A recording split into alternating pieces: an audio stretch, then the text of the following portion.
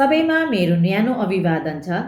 म Kriti Shrestha Upadhyay world art branding कन्क्लेभको नेपालबाट प्रतिनिधित्व गर्दै आर्ट अ नेप्लिज पर्सपेक्टिभमा आजदेखि हामीले कलाको सिरिज बनाएर प्रस्तुत गर्ने कोसिस गरेका छौँ। कलाको महत्त्वपूर्ण पाटोदेखि लिएर कलाको इतिहासलाई हामीले समेट्ने कोसिस पनि गरेका छौँ र आज हामी बीच आदरणीय सर मुकेश मल्लज्यू हुनुहुन्छ। उहाँ वरिष्ठ कलाकार साथसाथै आर्ट क्रिटिक पनि हुनुहुन्छ र हामीलाई उहाँले आज कलाको इतिहासको बारेमा जानकारी दिने कोसिस गर्नुभएको छ र आउँ बुझौँ कलाको ठुलो विशाल रूप साथसाथै कलाको इतिहास कस्तो रहेछ त। यो आर्ट अ नेप्लिज पर्सपेक्टिभ कार्यक्रमले मलाई लाग्छ हाम्रो कला क्षेत्रले ठुलो विशाल रूप पनि लिन्छ र एउटा ऐतिहासिक एउटा moment art a Nepalese perspective भनेर हामी सबैमा एउटा मेमोरेबल एउटा टाइम हुन्छ जस्तो पनि मलाई लागिरहेछ। कोसिस गर्नु नै ठुलो कुरा हो र हामीले डब्ल्युबिसीको थ्रुबाट यो कोसिसलाई हामीले निरन्तरता दिइरहेका छौँ र सबैको सहयोग र माया र इन्करेजमेन्टले पनि हामी आज डब्ल्युबिसीको यहाँसम्म आइपुग्यौँ। एउटा सिरिजको माध्यमबाट हामीले आफ्नो कला क्षेत्रलाई प्रेजेन्टेसन दिन सक्नु पनि एउटा हाम्रो लागि गर्वको कुरा हो र आउँ मुकेश मल्ल सरलाई स्वागत गरौँ र सबैले केही कलाको बारेमा साथसाथै कलाको इतिहासको बारेमा बुझेर हामीले आफ्नो कला क्षेत्रलाई अगाडि बढाउँ र स्वागत गरौँ मुकेश मल्ल सरलाई। आज हाम्रो पहिलो सिरिजको प्रश्न छ आदरणीय सर मुकेश मल्लज्यूलाई, कलाकारले कलाको इतिहास जान्नुपर्ने कुरामा हजुरको के तर्क वितर्क छ होला त? धन्यवाद कृति। कलाको इतिहास जान्नै पर्ने, कलाकारले विशेष गरेर किन जान्नुपर्ने भन्ने कुरा चाहिँ एकदमै महत्त्वपूर्ण कुरा हो जस्तो लाग्छ मलाई। किनभने इतिहास थाहा पाउन सकिएन भने कलाकारले वर्तमान थाहा पाउँदैन, वर्तमान थाहा पाउन सकेन भने उसले भविष्यको रेखा कोर्न सक्दैन। भविष्यको रेखा भन्नाले म के बुझ्छु भने कुनै पनि कलाकारले जब सृजना गर्छ, नयाँ सृजना गर्छ, त्यो सृजना गर्दा उसले एउटा कल्पना गर्नैपर्छ। यो कल्पना गरिसकेपछि अनि मैले के बनाउने, कस्तो बनाउने भन्ने त्यहाँ कुरा आउँछ।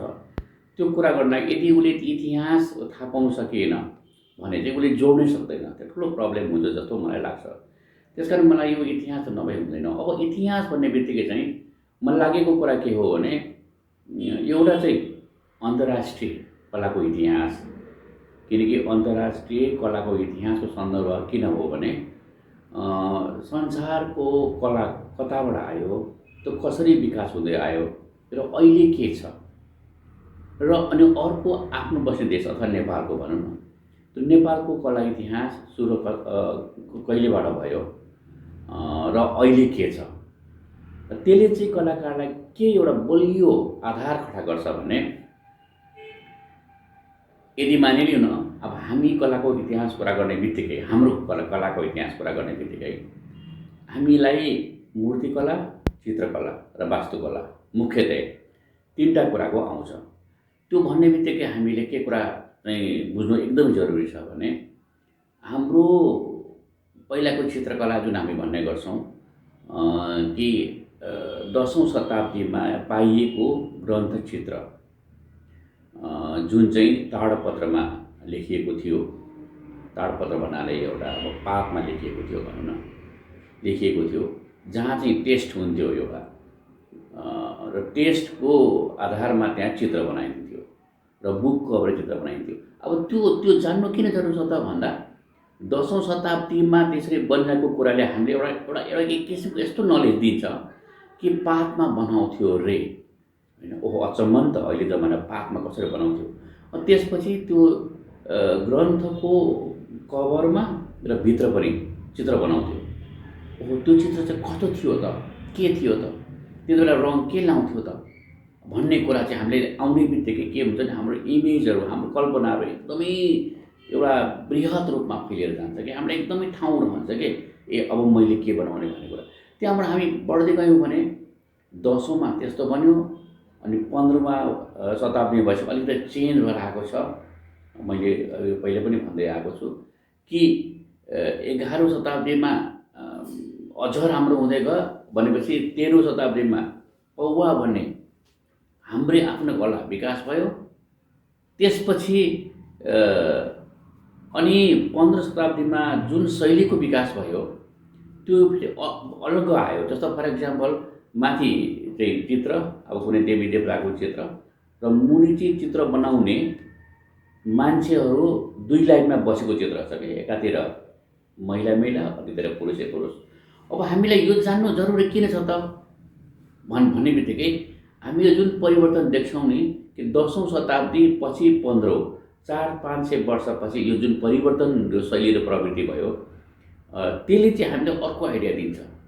त्यसपछि हामी 18औँ शताब्दीमा हेर्न गयौँ भने चाहिँ फेरि बाहिरको प्रभाव मुगल कलाको, इन्डियन मुगल कलाको प्रभाव परेको छ र त्यसले फेरि एउटा अर्कै किसिमको प्रवृत्ति, स्टाइल, शैलीहरू त्यहाँ देखिन्छ। त्यसले अर्को एउटा हामीलाई नलेज दिन्छ। मैले यो चित्रकला कुरा गरेँ, यो मूर्तिकला पनि त्यस्तै छ। मूर्तिकला हामीले सबभन्दा पहिले 5औँ शताब्दीका राजा मानदेवबाट सुरु गर्छौँ र त्यसोले विष्णु विक्रान्तको मूर्तिहरू हेऱ्यौँ भने हामी अचम्म लाग्छ एकदम। यति अद्भुत त्यो मूर्ति छ, पाइएको छ। त्यो हेर्ने बित्तिकै हामीलाई के लाग्छ भने ओहो, हाम्रो कला इतिहास, हाम्रो पूर्वजहरू त यस्तो एउटा भव्य किसिमको कला बनाउँदो रहेछ भन्ने पनि लाग्छ। सँगसँगै त्यसलाई हामी जोड्न पनि सक्छौँ। त्यसरी मूर्तिकलाको पनि बढ्दै बढ्दै जाँदा चाहिँ वास्तुकलाको कुरा पनि आउँछ र यी सबै कुराहरू चाहिँ हामी हेर्दै हेर्दै गयो भने सबैभन्दा मुख्य चाहिँ हामीले एउटा कलाकार भएको नाताले अथवा म सर्जक भएको नाताले मैले के बनाउँदैछु भने चाहिँ कता कता चाहिँ मेरो मौलिकता हुनु पर्यो, मेरो आफ्नोपन हुनु पर्यो भन्ने त लाग्छ। अनि हामीलाई हाम्रो मौलिकता भनेको के हो त भन्ने कुरा यसले जानकारी गराउँछ। किन पनि भने यो एकदम आवश्यक छ भने मेरो विचारमा कला भनेको एउटा भावना मात्रै होइन।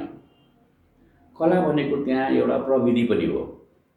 प्रविधि भन्ने बित्तिकै जब एउटा कलाकारमा कल्पना आउँछ दिमागमा, त्यो कल्पनालाई हामी क्यानभासमा चित्र बनाउने कोसिस गर्छौँ या कुनै एउटा मूर्ति बनाउने, या माटोको भनौँ या ढुङ्गाका भनौँ या चाहिँ अब त्यो कुनै धातुका भनौँ, त्यसमा हामीले त्यो रिफ्लेक्सन गर्न कोसिस गर्छौँ। भन्ने बित्तिकै त्यहाँ दुईवटा कुराको एकदम आवश्यक हुन्छ। एउटा कुरा त मेरो कल्पना नै के हुन्छ, म कल्पना नै के गर्छु भन्ने बित्तिकै मलाई के आउँछ भन्ने कुरा आउँछ। मलाई के आउँछ भन्ने बित्तिकै चाहिँ जब मैले त्यो ज्ञान आर्जन गर्न सक्दिनँ, मलाई थाहै हुँदैन कि मेरो परम्परा के छ, मलाई थाहै हुँदैन मेरो त्यो पूर्वजले के गर्थ्यो भन्ने बित्तिकै मेरो लिमिटेसन हुन्छ र म थाहा नपाएर के गर्छु भने कपी गर्न खोज्छु। अब किनकि के न के त बनाउनु छ भनेपछि जुन इमेजहरू मैले ल्याउनु छ त्यो इमेज नै मेरो दिमागमा आउँदैन एज ए कलाकार। इमेज नआएपछि अनि मैले के गर्नु खोज्छु भने कसले के गरेको थियो त भन्ने बित्तिकै मैले कहीँ कपी गर्न खोज्छु कि त्यो खतरा हो। त्यस कारण त्यसमा मौलिकता हुने कुरै भएन। किनकि अर्को कसैको मैले कपी गर्न खोजेँ भने त मेरो मौलिकता आउँदैन र म पहिला त मेरो आफ्नो मौलिकता, मेरो अलगपन भने त्यहाँ ठुलो बाधा हुन्छ। अर्को जुन इमेज पनि म कहाँ आउँदैन, म इमेजै त्यो सोच्नु सक्दिनँ।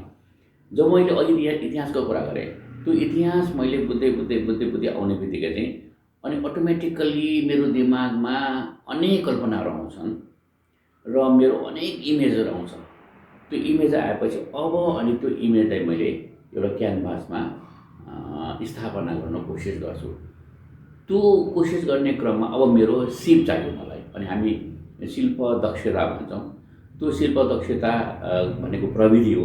त्यो प्रविधि त अलग्गै एउटा फेरि सिक्नै पर्यो, त्यो त अलग कुरा छँदैछ।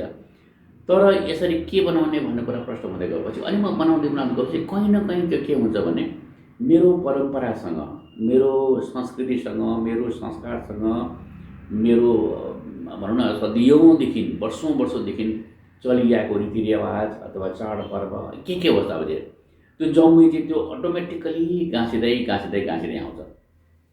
त्यो गाँसिने आउने क्रममा चाहिँ मैले जे जस्तो बनाए तापनि के हुन्छ भने त्यो आफ्नै पनमा एउटा आफ्नै किसिमको ढोका अगाडि बढिहाल्छ। अब त्यसरी बढ्दा चाहिँ मलाई जहिले पनि के लाग्छ भने अनि अलिकति हामीले यो अन्तर्राष्ट्रिय कुरा गऱ्यौँ। यो अहिले चित्र बनाउँदा एकदम आवश्यक भनेको कुरा चाहिँ के रहेछ भने हामी समसामयिकता भन्छौँ। समसामयिकता अथवा कन्टेम्पोरेरी, त्यो समसामयिक सन्दर्भमा चाहिँ अहिलेको के हुन्छ भने के बनाउनु खोज्दा चाहिँ कसरी हुन्छ त त्यो अहिलेको चाहिँ कसरी हुन्छ त भन्दा फेरि हामी त्यहाँतिर फर्कनु पर्ने हुन्छ। र त्यति बेला चाहिँ नेपालको त अघि लामो भनिहालेँ, नेपालको त आफ्नो ठाउँ छँदैछ।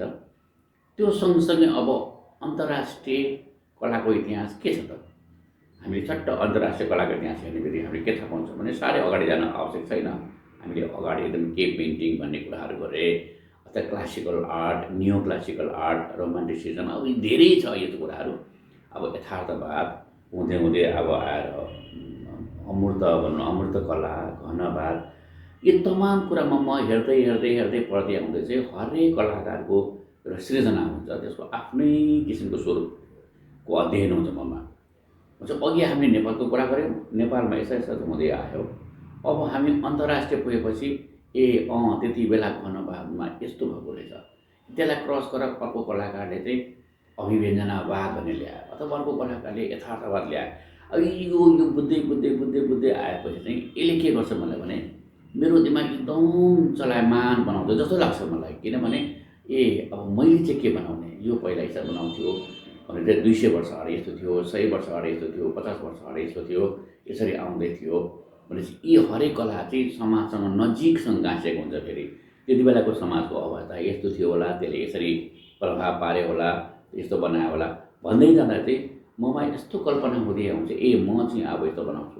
फर इक्जाम्पल तपाईँको पहिले हामीले एज ए कलाकार बनाउनुभन्दा म विषयवस्तु के लिन्छु त भन्ने कुरा हुन्छ नि त। अब त्यसले विषयवस्तु लिँदा चाहिँ मैले के लिने त, एउटा मान्छे बनाउने कि, जनावर कुकुर बनाउने कि, पशु पक्षी बनाउने कि, हिमाल बनाउने कि, रुख बनाउने कि, अथवा घर बनाउने कि, बनाउने चाहिँ के, कुर्सी बनाउने कि, टेबल बनाउने कि भनेपछि मलाई एउटा अलमल परिरहेको बेलामा चाहिँ पहिला कस्तो थियो त, के हुँदै आउँदै थियो, मान्छेहरू विषयवस्तु कलाकार लिन्छ कसरी भन्दा त्यहीबाट यस्तो ठुलो आइडिया आउँछ कि पहिला कलाकारले यस्तो विषय लिँदै आउँथ्यो, आइरहेको छ र विषयलाई यसरी परिवर्तन हुँदै आउँदैछ भन्ने मलाई स्पष्ट ज्ञान हुँदै गएपछि त्यसले मलाई के गर्छ भने म चाहिँ अब यो विषयमा प्रवेश गर्छु।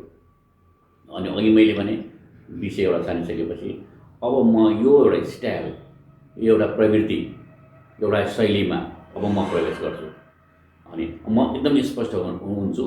अनि त्यसपछि अहिलेको समसामयिक यस्तो छ, संसारमा यस्तो छ, नेपालमा यस्तो छ, अब म यस्तो बनाउँछु। त्यसले चाहिँ मलाई एकदमै गाइड गर्छ।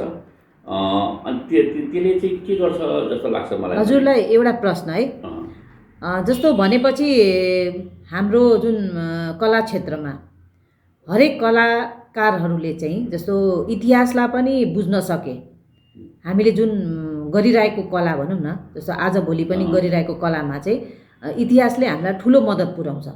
हाम्रो हरेक कुरालाई सस्टेन गर्न पनि, हाम्रो हरेक कुरालाई अपग्रेड गर्नको लागि पनि इतिहास चाहिँ हाम्रो एकदम मुख्य पाटो मान्नुपर्छ हामीले।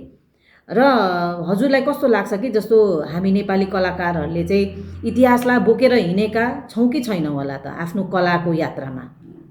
अब यसमा चाहिँ मलाई नेपालमा चाहिँ के लाग्छ भने साँच्चै भन्नुपर्दा यसमा चाहिँ अलिकति कमी भएको हो कि जहिले मैले महसुस गरिरहेको छु। त्यो यसमा इतिहास हामीले त्यति बुझ्न कोसिस गरेको जस्तो लाग्दैन थियो। किनभने यो इतिहास भन्ने कुरा चाहिँ 3-4 ठाउँमा चाहिँ हामीले पढ्नुपर्ने या पढाइनु पर्ने हुँदो रहेछ।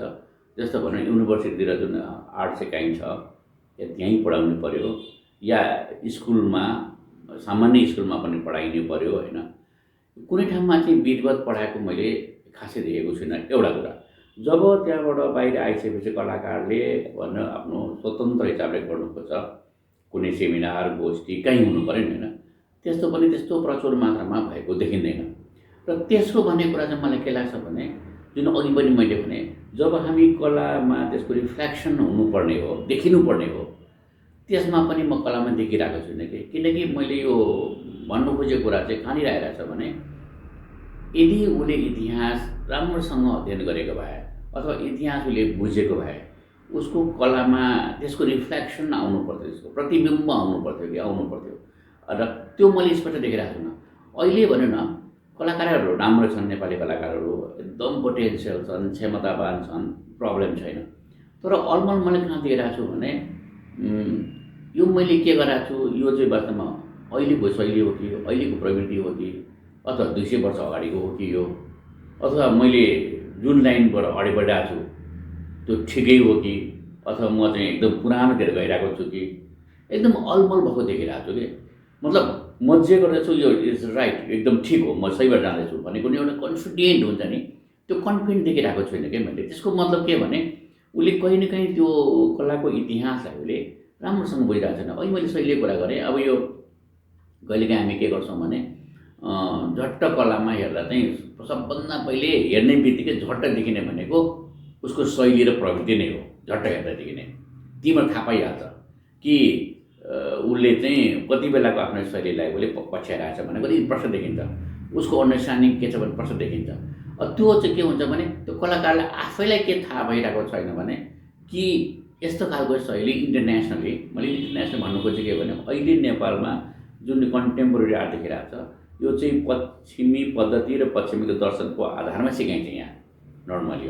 अहिले गर्ने भनेको त्यो उताको नै टेक्निक हो सबै कुराहरू। त्यसले गर्दा इन्टरनेसनली नै त्यही रूपमा अगाडि बढाएको छ, संसारभरि नै अहिले यो छ। अब यो संसारभरि हुँदा चाहिँ के हुन्छ भने यो चाहिँ भनौँ न युरोपमा अथवा अमेरिकामा अथवा अरू देशमा, अब विकसित देशमा यो पहिला नै गरिसकेको रहेछ अथवा थियो भने हामी धेरै पछि परे जस्तो हुन्छ नि त कहीँ देखाउँदा पनि। त्यो मलाई काम हुँदैन एउटा कुरा। अर्को कुरा के हुँदो रहेछ भने यो पुरा पश्चिमी पद्धतिले गाइड गरिरहेको हुनाले चाहिँ मैले गरिरहँदा चाहिँ अब मैले मेरो कला चाहिँ कसरी जोड्ने त भन्ने कुरा चाहिँ गाह्रो परिदिइरहेको छु। त्यस कारण अहिले नेपाली कन्टेम्पोरेरी आर्ट जुन गरिरहनु भएको छ त्यहाँ चाहिँ एक किसिमको कन्फ्युजन छ र यो मैले भन्छु यो एजुकेसन, आर्ट एजुकेसन कुरा भयो।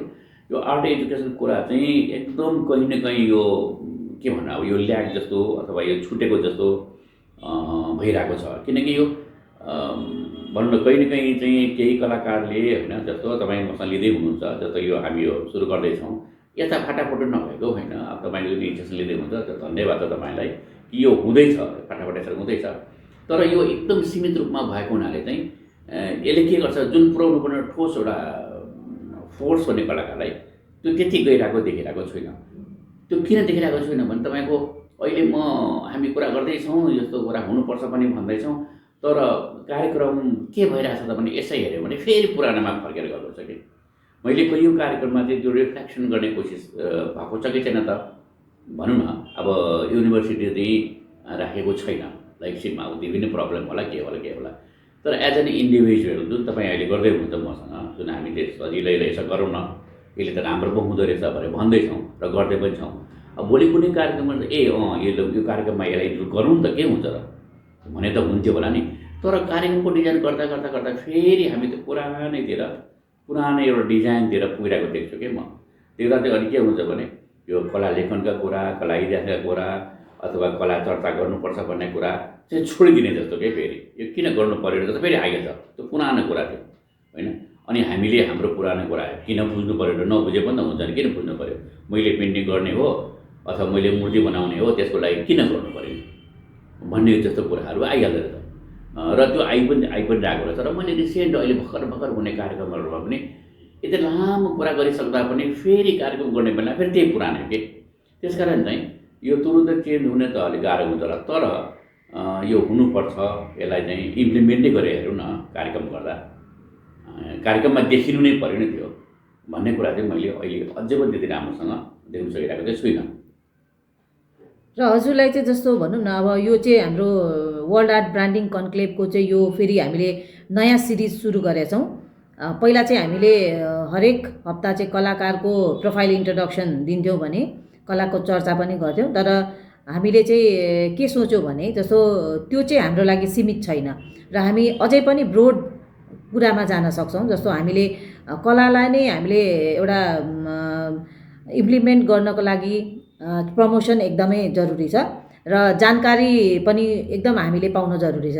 त्यसकारण चाहिँ हामीले जस्तो यो एउटा सिरिज भनौँ न, कलाको प्रमोसनको लागि सिरिज एकदम जरुरी लाग्यो हामीलाई। र हामी आज जस्तो इतिहासबाट हाम्रो एउटा सिरिज सुरु गऱ्यौँ र यसमा चाहिँ जस्तो हामीले कलाको इतिहास बारेमा चाहिँ बुझ्दैछौँ र आगामी दिनमा पनि हामीले चाहिँ यस्तै सिरिज चाहिँ पाउँछौँ होला हजुरबाट होइन। जस्तो हजुरले हामीलाई कहाँसम्म लानुहुन्छ कलाको यात्रा अथवा कलाको बारेमा जानकारीमूलक कुराहरू हामीलाई सन्देश दिनुहुन्छ होला र अरू पनि हामीले धेरै कुराहरू जुन हाम्रो छुटेका कुराहरू छन्, जुन चाहिँ हामीले एउटा हाम्रो सानो इन्ट्रोडक्सनमा हामीले त्यो पुरा गर्न सक्दैनौँ, त्यस्ता कुराहरू पनि पाउँछौँ भन्ने एकदम ठुलो आशा लिएर चाहिँ हामीले यो कुराहरू सुरु गरेका छौँ। र अरू पनि केही जस्तो इतिहासको बुझ्नुपर्ने कुराहरू र हजुरले जुन हामीलाई बताउनु पर्ने कुराहरू केही छुटपुट छ भने हजुरले फेरि भन्दा हुन्छ हामीलाई। ठिक छ, धन्यवाद छ। अब मैले यो चाहिँ अघि पनि भने कि वर्ल्ड आर्ट एबिसी एकदमै धन्यवाद किन दिनु मन लाग्छ भने चाहिँ कमसेकम यो एरिया जुन चाहिँ ल्याकिङको एरिया चाहिँ कसैले हेरिरहेको छैन, त्यो एरियामा तपाईँहरूले यसमा चाहिँ बस्नुभएको छ भन्छु म। यसमा पनि हामी के गरौँ न त भन्ने कुरा, त्यो नै सबभन्दा इम्पोर्टेन्ट कुरा हो। किनकि कलामा नेपालमा त विशेष गरेर एउटा पुरानै ढडामा पसिरहेको अवस्थाले गर्दा चाहिँ त्यहाँबाट चाहिँ त उफ्रेर बाहिर आउनु पऱ्यो सबभन्दा पहिले त होइन। त्यो कुरोमा चाहिँ तपाईँहरू आउँदै हुनुहुन्छ, त्यसलाई चाहिँ कलाकारलाई एउटा स्पेस त हुँदैछ। त्यसपछि यो कला लेखनलाई जुन तपाईँले स्पेस दिँदै हुनुहुन्छ त्यो चाहिँ एकदमै स्वागत योग्य छ र भविष्यमा यसले चाहिँ धेरै राम्रो प्रतिफल पनि देखाउँछ भन्ने नै छ त्यो कुरा। अब सँगसँगै चाहिँ यसमा चाहिँ मलाई यो भन्दै जाँदा के पनि भन्नु मन लाग्यो भने यसलाई चाहिँ कन्टिन्यू गर्नलाई के गर्नुपर्छ अथवा यसले केले लिड गर्छ जस्तो मलाई लागिरहेको छ भने चाहिँ यो कार्यक्रम गर्दा नै पनि यो इतिहास हुनुपर्छ, गर्नुपर्छ, यसो गर्नुपर्छ भनेर मात्र नहुने रहेछ कि यो चाहिँ अब सबैले भोलिदेखि त सुरु गरौँ न भने, तर यसले चाहिँ त्यो कार्यक्रमको डिजाइनमा पनि असर गर्दैछ। जसले कार्यक्रमहरू भोलि गर्छ होइन त्यसले चाहिँ त्यो डिजाइन कसरी गर्छ भन्ने कुरा पनि सँगसँगै आउँदछ। किनकि अघि हामीले कला सृजनाको कुरा गऱ्यौँ अथवा कलाकारले सृजना गर्नुभन्दा अगाडि बुझ्नुपर्ने कला इतिहासका कुराहरू गऱ्यौँ, त्यो त आफ्नो ठाउँ छँदैछ। त्यो कला त्यति मात्रै नसकिने रहेछ। त्यो कला बनाइसकेपछि उसले कहीँ न कहीँ गएर एक्जिबिट गर्नु पऱ्यो, प्रदर्शन गर्नु पऱ्यो, देखाउनु पऱ्यो। अब देखाउने क्रम बन्ने बित्तिकै के छ भने त्यो 3-4 कुरा चाहिँ गाँसिँदो रहेछ। एउटा त उसले त्यो जुन अब इतिहास कुरा गरेर जाँदा इतिहाससँग अथवा इतिहासको प्रतिबिम्ब देखिएको छ कि छैन त भन्ने कुराको चर्चा, त्यसको समीक्षा, त्यसको चाहिँ अभिलेखीकरणको त्यो अर्को प्रक्रिया त्यहाँ आउँदो रहेछ। अब त्यो प्रक्रिया पनि त्यहाँ भएन भने फेरि त्यो हेर्न नसकिने रहेछ कि त्यो चाहिँ हामी हुनुपर्छ त भन्यौँ, मानिलिउँ त्यो कलाकारले हेऱ्यो पनि हरे अथवा अध्ययन गरे पनि हरे, त्यसको चाहिँ रिफ्लेक्सन चाहिँ भयो त कलामा भनेर चाहिँ हामी हेरेनौँ भने फेरि पनि त्यहाँ चाहिँ त्यो अड्किने रहेछ। त्यसो भएको हुनाले चाहिँ त्यो सृजना भइसकेपछि फेरि एउटा चर्चा गर्ने अथवा समीक्षा गर्ने अथवा त्यो कुराहरू आयो भने कसरी आयो, आएन भने कसरी आएन, ती कुरा पनि गर्नुपर्ने छ। त्यसको लागि चाहिँ एउटा कुरा एकदम महत्त्वपूर्ण कुरा चाहिँ मलाई अहिले के लागिरहेछ भने चाहिँ मान्छेलाई चाहे त्यो कलाकार होस् या कला लेखनमा लागेका होस् चाहे जो कोही होस्, रिकग्निसन भनेको एउटा एकदम इम्पोर्टेन्ट हुँदो रहेछ जस्तो लाग्यो मलाई। किनभने कलाकारलाई कलाको चर्चा भइरहँदा चाहिँ कला लेखनको चर्चा पनि हुन आवश्यक रहेछ कि कहिलेकाहीँ। किनभने त्यसले के गर्दो रहेछ भने कलाको कुरामा लेखनले अगाडि बढाउँछ अथवा आम मान्छेमा त्यसले पुर्याउँछ, ती कुराहरू कलाको कुराहरू पुर्याउँछ। तर कला लेखनको कुरा चाहिँ हामीले त्यसैको विकासको कुरा चाहिँ हामीले गरेनौँ भने कला लेखन चाहिँ मर्दो रहेछ फेरि, अथवा कोही पनि इन्ट्रेस्ट गरेर नआउने रहेछ कुरा होइन। त्यस कारण कला लेखन गरिरहनेको वर्गलाई हामीले कसरी अर्गनाइज गरिरहेको छौँ अथवा भनौँ न अहिले यहाँ मैले अहिले भर्खर धेरै 2-4 प्रोजेक्टहरू पनि हेरेँ। काठमाडौँ भर्खर प्रोजेक्ट आयो, लाइब्रेरीको प्रोजेक्ट आइरहेको छ अहिले कि, अनि त्यो पुस्तकालयको कन्सेप्ट, मोबाइल लाइब्रेरीको कन्सेप्ट पनि भर्खर इन्टरनेसनली आइरहेछ। तर एउटा के थिएन भने त्यसले लेखेका किताबहरू त्यहाँ राख्ने अनि कलाकारले पढोस् न, त्यसलाई सजिलो होस् न भन्ने जस्तो कार्यक्रम पनि आइरहेछ। तर केमा अझै पनि प्रवेश गरेको छैन भने के प्रवेश हुन्छ भने त्यो लेखेको किताब चाहिँ कसरी आउँछ त, कसरी छापिन्छ त, कसरी लेखिन्छ त लेख्नु त पऱ्यो नि फेरि, लेखिनु त पऱ्यो नि त। म त्यतापट्टि चाहिँ फेरि पनि हामी पछि आएको जाने।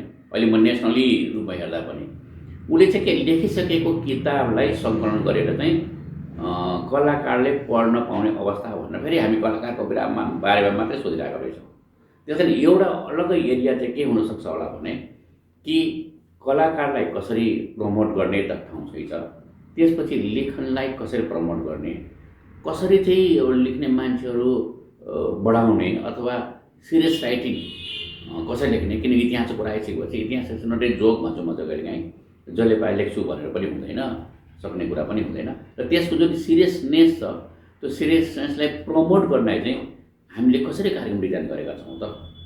त्यो किन त्यो सँगसँगै बढ्दै गयो भने चाहिँ त्यसले के गर्दो रहेछ भने अघि हामीले कला इतिहास हुनुपर्छ, पढ्नुपर्छ भनिरहेको बेलामा कला इतिहास लेख्नु पनि त पऱ्यो नि त। फेरि कसैले पढ्छु मात्रै भनेर म भोलिदेखि पढ्छु खै त किताब भन्यो भने अब तपाईँले रमाइलो लाग्ला। यहाँ अहिले पनि कला इतिहास म पढ्छु नि त भने कला इतिहास छैन, लेखेको छैन, किताबै छैन। तर रमाइलो कुरा के छ भने कुनै अर्गनाइजेसनले ल त ल तपाईँ लेख्नुहोस् म छाप्छु नि त भनेको त्यत्रो निकाय छ, कोही तयार पनि छैन। अनि एकातिर हामीले कलाकारले पढ्नुपर्छ इम्पोर्टेन्ट छ भनिदिएर आने, ल त म पढ्छु नि त किताब खै भन्दा किताब त छैन फेरि। त्यसकारण चाहिँ यो दुईवटा कुरा चाहिँ अहिले हामी भन्छौँ यो सेक्टोरियल एप्रोचमा अब चलाउनु हुँदैन, यसलाई चाहिँ होलिस्टिक एप्रोच जानुपर्छ भन्ने मलाई जहिले लाग्छ। होलिस्टिक भन्ने बित्तिकै एउटा कला सृजना गर्ने बित्तिकै त्यो होलिस्टिक एप्रोच भने चाहिँ त्यो कला सृजना एउटा पक्ष भयो, प्रदर्शन अर्को पक्ष भयो, लेखन अर्को पक्ष भयो, एनालिसिस अर्को पक्ष भयो, संरक्षण अर्को। यी तमाम पक्षहरूलाई चाहिँ समष्टिमै मिलेर गएपछि मात्र के हुन्छ भने एक अर्कालाई सपोर्ट गर्ने रहेछ। अनि सपोर्ट गर्दा अटोमेटिकली हामीले अब ल न यो पढ्नुपर्छ भन्ने बित्तिकै चाहिँ लेखन ल उसले किताब लेख्दैछ अथवा यो किताब आयो अटोमेटिकली। अनि पाइन्छ कहाँ अर्को निकाय, यो यहाँ पाइन्छ, यो पढ्यो, पढेपछि चित्र बनायो, चित्रपछि चित्र त बनाइसकेपछि यसको विश्लेषण त हुनु पऱ्यो भने एउटा मान्छे त्यहाँ चाहिँ जहिले विश्लेषण गर्छ, समीक्षा गर्छ, यो त यस्तो भयो। अनि त्यस्तो भएपछि उसले लेखेको कला को समीक्षा हुन थालेपछि त्यसले के हुन्छ भने अहिले इन्टरनेसनल यो मुभमा छ, तपाईँको कला यो स्थिति छ। अब ऊ रियलाइज गर्दो रहेछ कि म त यहाँ रहेछु नि त, अब यहाँ जानुपर्ने रहेछ नि त। यी विभिन्न कुराले गर्दा चाहिँ अटोमेटिकली कला प्रमोट हुन्छ।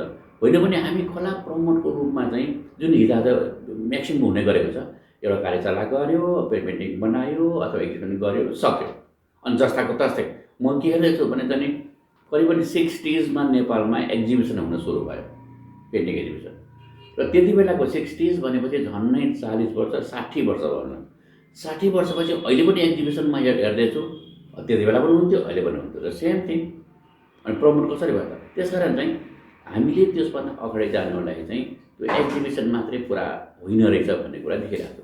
त्यसकारण त्यो एक्जिबिसनमा पनि त्यो भनौँ अब अहिलेभन्दा 60 वर्ष अगाडि कलामा नेपालको कला इतिहासको कुरा कतिको रिफ्लेक्सन गरेको छ र अहिलेदेखि कलामा चाहिँ कला इतिहासकोलाई कति रिफ्लेक्सन गरेको छ भने तुलनात्मक रूपले चाहिँ लेख्ने अभिलेखन गर्ने समीक्षा गर्ने गऱ्यो भने नै थाहा हुन्छ। त्यो गर्ने मात्र त्यो गर्ने कार्यक्रम चाहिँ फेरि म देखिरहेको छैन। त्यसकारण चाहिँ मैले अघि भने जस्तै हामीले सुरुमा चाहिँ यो हुनैपर्छ भन्ने कुरा लामो कुरा गऱ्यौँ होइन, र हामीले लाग्यो पनि के हुनसक्छ भने यो त इम्पोर्टेन्ट रहेछ, ल त भोलिदेखि सुरु गरौँ भन्ने पनि लाग्यो भने चाहिँ त्यो कसरी इम्प्लिमेन्ट हुन्छ त भन्ने कुरा पनि सँगसँगै एकदम आवश्यक छ। अब त्यो आएन भने हजुरलाई एउटा क्वेसन है, जस्तो हजुरले चाहिँ अब जस्तो हामीलाई अहिले बताइराख्नु भएको छ हामीले चाहिँ यसरी गर्नुपर्छ, हाम्रो इतिहासलाई चाहिँ सँगसँगै लानुपर्छ। तर एउटा कलाकारले जस्तो एउटा आधार हुन्छ नि, इतिहास बुझ्ने आधार। अब आजभोलि त कस्तो भयो भने अब हामी कला पढ्छौँ होइन, जस्तो अब हामी हरेक लेभलबाट हामीले चाहिँ कलाको चाहिँ ट्रेनिङहरू पनि लिन सक्छौँ। तर जुन कलाकारहरूले जस्तो ट्रेनिङ लिनुभएको छैन उहाँहरू पनि प्रोफेसनल हुनुहुन्छ होइन। अब ट्रेनिङ लिएकोहरूले त पक्कै पनि थोरै भए पनि इतिहासलाई गाँसेर लानुभएको छ होला आफ्नो कलामा। तर जुन चाहिँ अब आफै नै जस्तो एउटा गड गिफ्टेड वेबाट जानुभएको कलाकारहरू अथवा नयाँ जस्तो हुन्छ नि जो सोखले पनि गएको कलाकारहरूलाई चाहिँ एउटा कलाको इतिहास बुझ्ने माध्यम चाहिँ के होला त? संक्षिप्तमा भन्नुहोस् न। त्यो चाहिँ मलाई के लाग्छ भने अहिलेको अवस्थामा नेपालमा दुईवटा वेट छ जस्तो लाग्छ। एउटा वे त अघि हामीले भनिसक्यौँ, कलाको युनिभर्सिटीहरू, क्याम्पसहरू, कलेजहरू छन्, त्यहाँ पढाइनुपर्छ भन्ने त छँदैछ होइन। त्यहाँ पनि गाह्रो के छ भने त्यो अनुसार पाठ्यपुस्तक छैन, लेखाइनुपर्छ, त्यो त भइहाल्यो। अब यो आफै सिकेका कलाकारहरू छन् जुन चाहिँ अब फर्मल ट्रेनिङ लिएका छैनन् होइन। र यो सानोतिनो कलाको समूह म देखिरहेको छु कि अहिले अब काठमाडौँमा त धेरै छ। अब यो मफसलमा म भनौँ न यो उपत्यका बाहिर घुम्दै जाँदा चाहिँ धेरै समूहहरू छ होइन। यी हो कि तिनीहरू यी नै छ होइन, तपाईँकै छ देखि लिएर एबिसी, यो के अरे ओल्ड आर्ट एबिसी आफैमा एउटा गजबको एउटा के निकाय भयो, गजबको एउटा ठाउँ अथवा संस्था हो भनौँ न होइन। र यस्ता समूहहरू थुप्रो नेपालमा थुप्रो आएको छ। त्यो समूहले सानो रूपमा भए पनि यसलाई कसरी लान सकिन्छ जस्तो लाग्छ मलाई भने त्यो समूहले सबैभन्दा पहिले त ती कलाकारहरू जो आफै सिकिरहेको गरिरहेको छ उसलाई चाहिँ जमघट गराएर पहिला त रियलाइज गराउनु पऱ्यो कि यो इम्पोर्टेन्ट हो भन्ने कुरा उसलाई मैले सुन्नुपर्छ, बुझ्नुपर्छ भनेर पहिला त त्यो लेभललाई हामीले त्यसरी गर्न सक्छौँ जस्तो लाग्छ। त्यसको लागि हामी सानो टक प्रोग्रामहरू गर्ने, अनि त्यसपछि त्यो सेमिनार गर्ने, छलफल गर्ने गर्नु सक्छ जस्तो लाग्छ एउटा कुरा चाहिँ।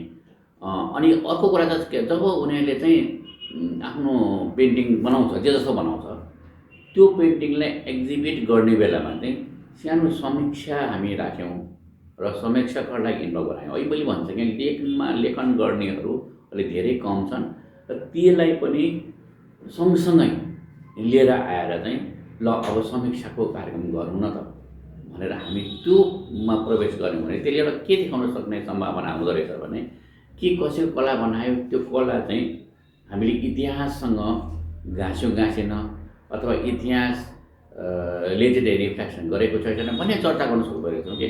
र त्यो चर्चा हुँदै गएपछि बल्ल कलाकारले अलिक बिस्तारै रियलाइज गर्दा सायद यो त बुझ्नुपर्ने रहेछ त भन्ने पनि कुराहरू अब बुझ्नुपर्ने हुने बित्तिकै त्यो संस्थाले चाहिँ दुई चारवटा कुरा गर्न सक्छ जस्तो लाग्छ। एउटा कुरा त त्यो पुस्तकहरू प्रकाशन गर्ने जिम्मा संस्थाको हुनुपर्ने हो अहिले, किनभने कसले छाप्ने त अब त्यसमा भनेर हाम्रो माथिल्लो निकायमा एकाडेमी छ, त्यो हाम्रो ठाउँ चाहिँ छ, अर्को युनिभर्सिटी त ऊ चाहिँ छ।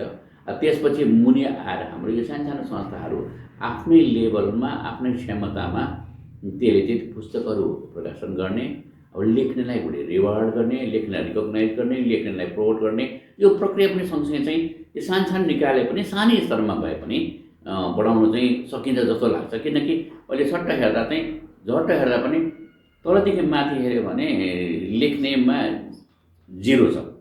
अब त्यो 0 हुने बित्तिकै के हुन्छ भने अब त्यो आउने बाटो बन्द छ जस्तो भइरहेको छ अहिले कि होइन। त्यसकारण चाहिँ त्यो कुराहरू चाहिँ सानो रूपमा भए पनि गर्न सकिन्छ जस्तो लाग्छ, किन जुन तपाईँ गर्दै हुनुहुन्छ सानो एउटा सुरुवात हो।